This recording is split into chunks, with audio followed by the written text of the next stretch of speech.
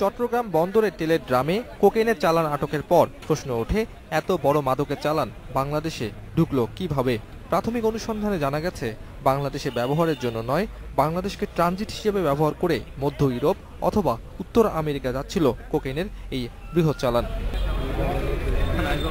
দেশের সমুদ্র ও স্থলবন্দর দিয়ে যাতে মাদক বা অন্য কোনো অবৈধ পণ্য দেশের ভেতরে প্রবেশ করতে না পারে, সেজন্য প্রতিটি বন্দরে ডগ স্কোয়াড ও উন্নত ল্যাবরেটরি স্থাপনের পরিকল্পনা করা হয়েছে। বিভিন্ন দেশে কিন্তু এই কাস্টমসের ডগ ডিটেকশন ইউনিট আছে, যাদের মূল কাজ হচ্ছে বিস্ফোরক দ্রব্য এবং ড্রাগ, বিভিন্ন রকম ড্রাগ এটা স্মেল করে এটা ডিটেক্ট করা।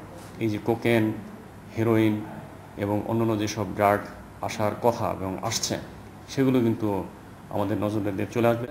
সম্প্রতি জব্দ হওয়া কোকেন দক্ষিণ আমেরিকা থেকে বিভিন্ন দেশ ঘুরে চট্টগ্রাম বন্দরে আসায় শুরু থেকে গোয়েন্দাদের সন্দেহ ছিল আন্তর্জাতিক মাদক চক্রের দিকে।